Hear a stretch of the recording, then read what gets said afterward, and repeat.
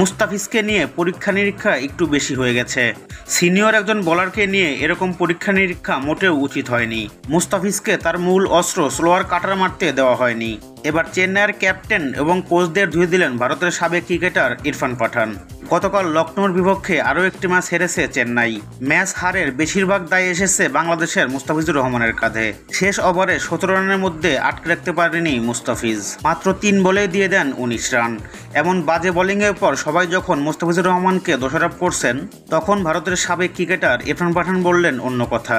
তিনি বলেন, দ্বিতীয় ইনিংসে শিশিরের কারণে ক্রিজ অনেকটাই ভিজে গিয়েছিল, যার কারণে বোলিংদের বল সুইং করাতে অনেকটাই কষ্ট হচ্ছিল। মুস্তাফিজ সাধারণত স্লো উইকেটে ভালো বল করে, কিন্তু গতকাল স্লো উইকেটে খেলা হয়নি। তবে আমার কাছে সবচেয়ে বেশি অবাক লেগেছে মুস্তাফিজকে তার পছন্দের স্লোয়ার কাটার করতে না দেওয়া। তাকে দিয়ে সোজা বল করানো হয়েছে। হতে পারে এটা চেন্নাইয়ের পূর্ব পরিকল্পনা, তবে একজন বোলারের মেন অস্ত্র কেড়ে নিয়ে পরীক্ষা নিরীক্ষা মোটেও উচিত নয়।